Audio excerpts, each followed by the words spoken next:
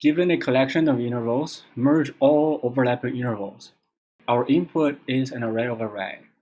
Each array inside is of length of 2. All right. It's interval in the sense that the first element, which is an integer, is the start of the interval. And the second element, which is also integer, it is the end of an interval. So you can imagine the start is always smaller or equal to the end, right? 1, 3, 2, 6, they are sorted. Merge all of them. So what does merging mean? Let's look at the first two interval. If you were to merge it, merge just means what is the overall lower bound and the upper bound. So you can sort of imagine after merging it becomes 1, 6, right? Because it's 1, 3, 2, 6, it becomes 1, 6. After we include this 8, 10, what will the new interval be? It will not be 1, 10 because 7 is not inside the range. So you can see there is a gap in the interval, right? So we need to return two intervals, 1, 6, 8, 10. There's a gap, so it's not continuous. What if we add on a new interval, 15, 18? There's also a gap, right? Because 11, 12, 13, 14 is not in the interval, so you can't include it. Another example can be 1, 4, 4, 5.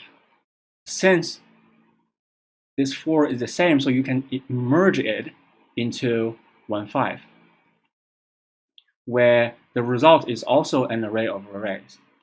Now note, the input array is not necessarily sorted.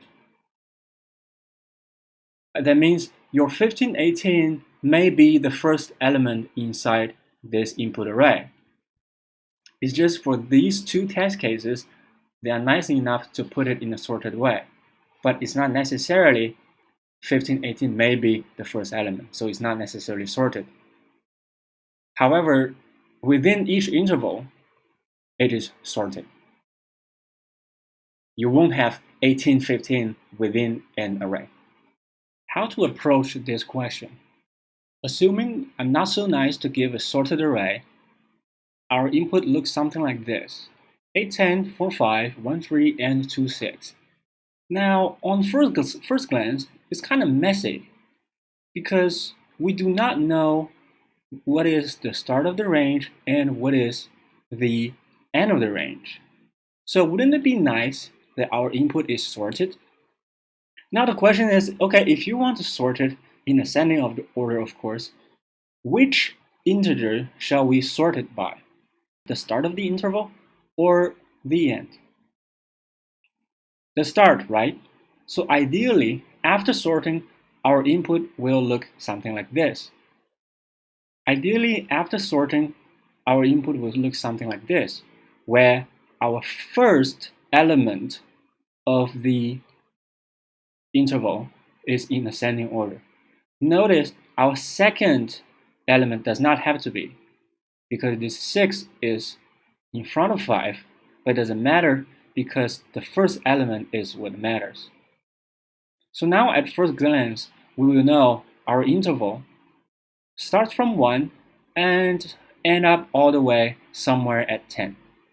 Now the question is, what should the algorithm be? Let's forget about the algorithm and use our human brain to solve this problem. So this is the result array, is an array of arrays. Let's loop through the sorted input and see what result would look like at each step. So assuming this is our current interval, we're looping through. This is the current input. What should the result look like? Well, because the result is empty, there's nothing in the result, we may as well just add it to the result, right? So if result is empty, push the current input interval, which is 1, 3. Now let's loop until 2, 6, where 2, 6 is the current interval. And who should we compare this current interval with? Should we compare with the previous input, or shall we compare against the current result? We should compare against the current result, right? Although they are the same, but we should compare with the current result. Compare the current input interval, which is 2, 6, against the current result interval, which is 1, 3. Shall we merge or not? When shall we merge it? In this case, we should, right? The reason is because there is an overlap. Why is there an overlap? It is because the end of our result interval is greater or equal to the start of our current interval. We merge if overlap. Overlap means the end of a current result, which is 3, is greater or equal to the start of current input. The consequence of a merge is to update the end of the result. So update 3 to 6. Notice our result is now modified. Let us keep iterating, so the current input interval is 4, 5. Ask the same question. Compare the current input interval 4, 5 against the current result interval 1, 6. Shall we merge it or not? Yes, because there is an overlap. 6 greater or equal to 4, so there is an overlap. Now the question is, shall we update the result, the end of the result? No, because this 5 is less than 6.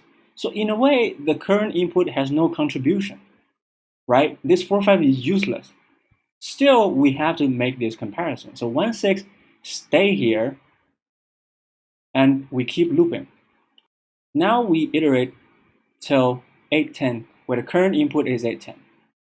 Same thing, compare the current input interval 8, 10 against the current result interval 1, 6. Shall we merge it or not? Well, no. Because is there an overlap? There is a gap. There's a gap which is 7. When there's a gap, you have to push it. Push who?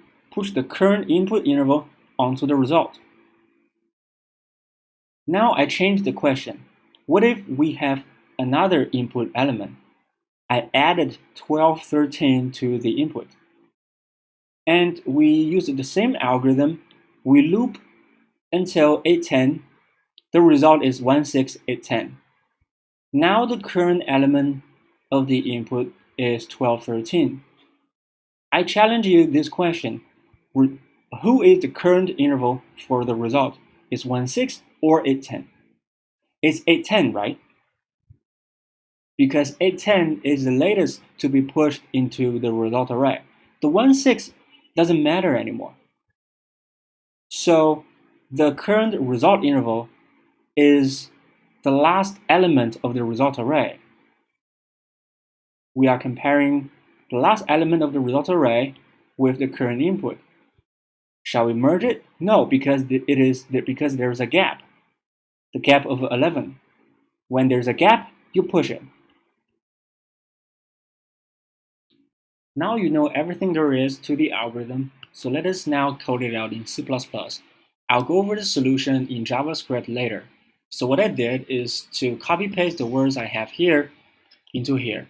Let's go over this. If the result array is empty, push the current input interval. Compare the current input interval against the current result interval, aka the last element of the result. Ask this question, shall we merge it? Merge if overlap, meaning the end of the result interval is greater or equal to start of the current interval. Else, meaning there's a gap, then we push the current interval into the result. But of course, first we have to declare our result. This means the array of arrays. Let's sort it. Sort by the first element in ascending order.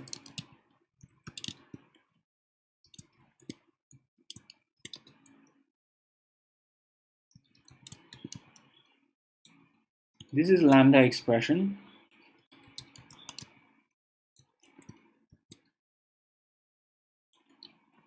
Just to make sure Just to prove to you this line actually does what it did, we can print it.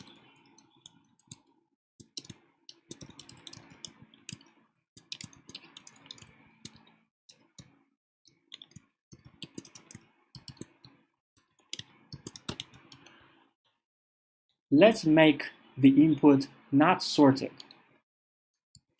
and see if it indeed sorts. So our input now is not sorted because 1518 is at the first.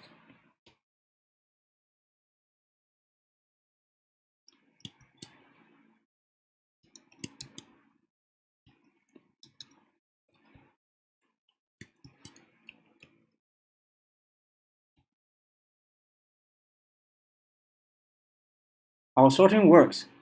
Now our first element is in ascending order. Now let us loop through the sorted intervals.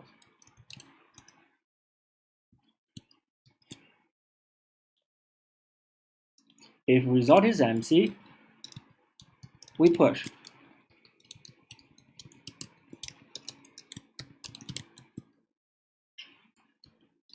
I is the current input interval.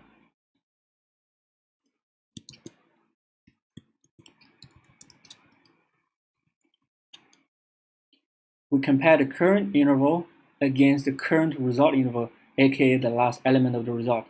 So I will call the last element of result B, which stands for back. Result.back give me access to the last element of the result. Compare. If the end of the result interval greater or equal to start of the current interval, we merge it. That means modify the end of the result. Else, push.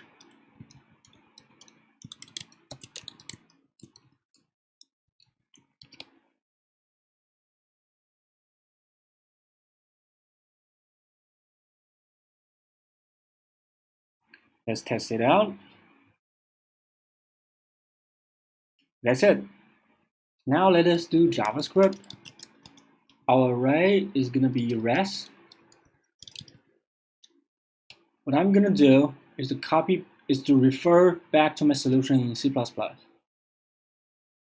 Sort by the first element.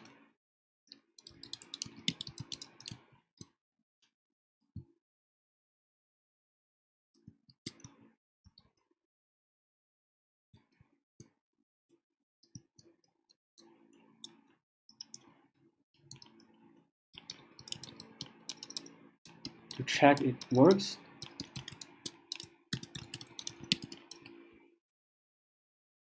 mess up the input.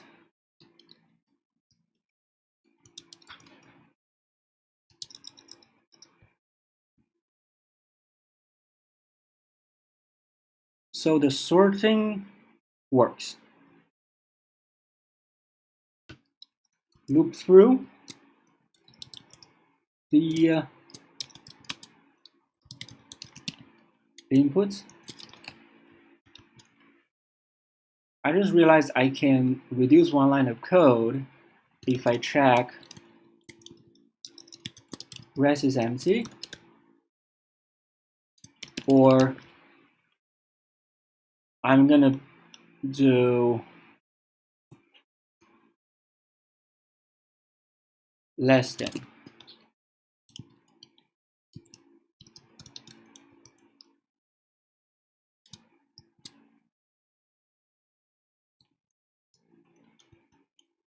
Push.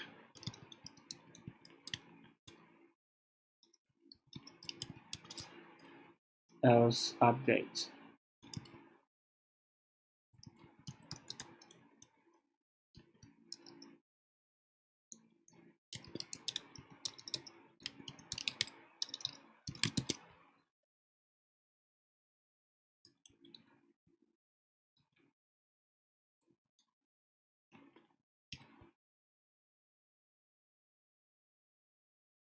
Submit. There we go.